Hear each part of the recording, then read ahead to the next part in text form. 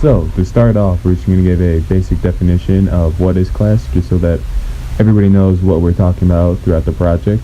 And the best definition that we could find to define class is, in common parlance, the term social class is usually synonymous with socio-economic class, defined as people having the same social, economic, cultural, political, or educational status.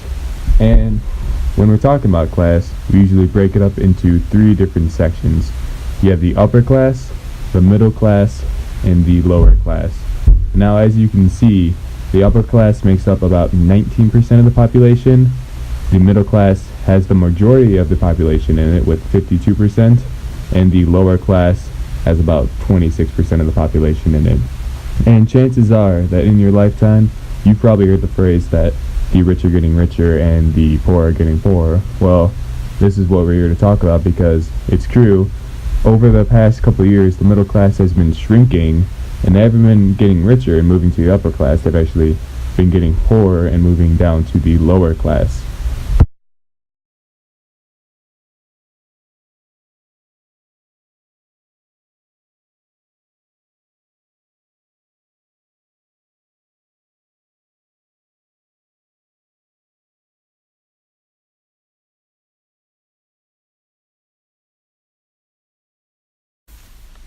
So what is economic inequality?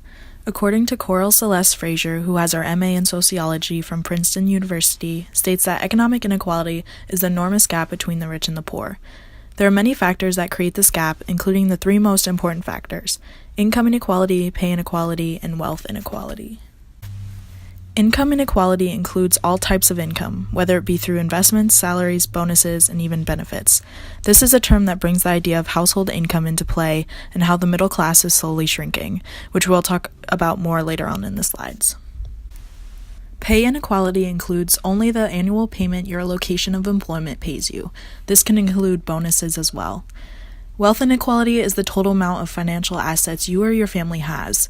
This can include investments like stocks and bonds and even private pensions, which is a way for you to benefit money-wise after you retire.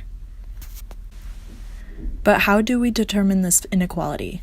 One of the most used ways we determine inequality across each nation is called the Gini coefficient, because it encompasses all income, pay, and wealth factors. The Gini coefficient is a scale from 0 to 1 of the country's entire income distribution, but the higher the number or closer you are to 1, the more inequality. Any degree above 0.4 is associated with instability. The United States has a Gini coefficient of 0.41 in 2015. There are many ways to measure class inequality. Wealth measures material prosperity, income measures money acquired through work, and consumption measures how much a household spends per year. It is difficult to measure class inequality because income can vary considerably over time. It may not reflect all economic resources, such as credit availability, government assistance, or accumulated family wealth. This is why many people argue that consumption is a better way to measure economic well-being. For example, a study found that the richest 10% of the population earn 9.6 times the income of the poorest 10%. Yet the top 20% of households by income accounted for nearly 40% of total expenditures, while the bottom 20% accounted for less than 10% of expenditures. This shows inequality because even though the top percenters are making so much more, the bottom 10 to 20 still account for a big amount of the consumption, leaving them with less leftover money after taxes, necessities, healthcare expenditures, etc. Where we find the most inequality is in wealth. We measure wealth inequality because people with great accumulated wealth may not receive much in way of income, but have less expenditure, while people who earn a lot but also have high expenses, such as childcare tuition, may not consider themselves especially wealthy. This goes back to consumption. One household may make more income-wise but has less inherited wealth and more expenses, or consumption, due to family size or other factors. The same study from above found that top 1% have 28.2% of wealth, while bottom 40% account for less than 1.5% of wealth. A person can have class privilege depending on their wealth, income, and consumption.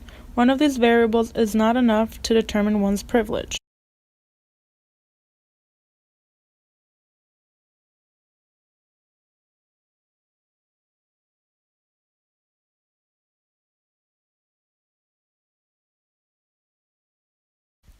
One of the required readings for class was Nickel and Dimed, which touched based on the idea of poverty and if you could get by on minimum wage in various cities across the U.S. Barbara talks about the struggles and what's considered necessary expenses for surviving. The reason why we asked the previous question is because it's almost impossible to live off minimum wage. She talks a lot about how many minorities she worked with, which we will discuss later on in the slides, but her advantages allowed her to be put ahead of some people in poverty today. So, taking it back to the question posed a few slides ago, is a job a ticket out of poverty? The short answer is no. And while numbers and statistics can often give you a clear answer on a subject, it's usually more effective and you're able to relate more when you hear a real-life example from actual people that have struggled financially. A lot of examples like this can be found in the book Nickel and Dimed, and while there are numerous examples of struggling co-workers that Barbara Ehrenreich met while working at various low-paying jobs, these three co-workers in particular that she happened to meet while waitressing in a restaurant in Florida appeared to have the most dire situations out of the group. So, first off, we have Joan, who lives in a van parked behind a shopping center at night and has to shower in a co-worker's motel room. Then we have Tina, who pays $60 a night for a room at a nearby Days Inn with her husband, since they have no car and the Days Inn is within walking distance of her job. Lastly, we have Gail, who pays $250 a week to live in a downtown flop house with an abusive male friend, but unfortunately doesn't have the money to pay the rent on her own, so she is forced to live with him. As you can clearly see by just these three short examples alone, having a job doesn't automatically grant you financial stability.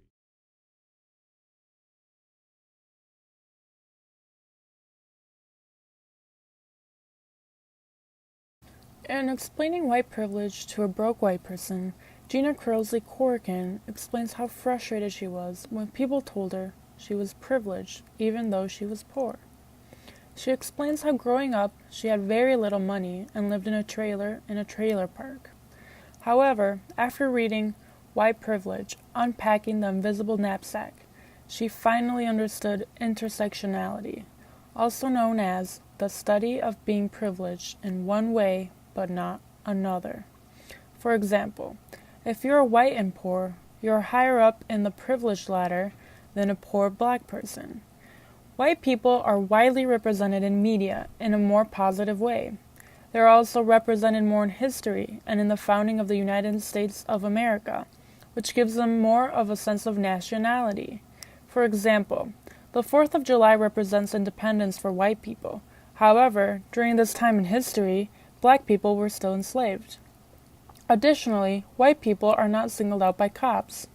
There are many more examples such as these where being white is quote-unquote better than being African American.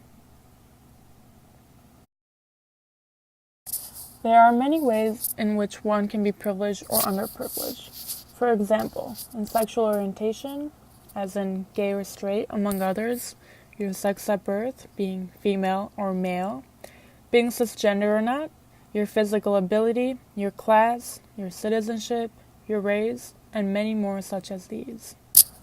Just because you're a straight, white, middle-class, able-bodied male does not mean that your life is not tough. Recognizing privilege simply means being aware that some people have to work much harder just to experience the same things that you take for granted.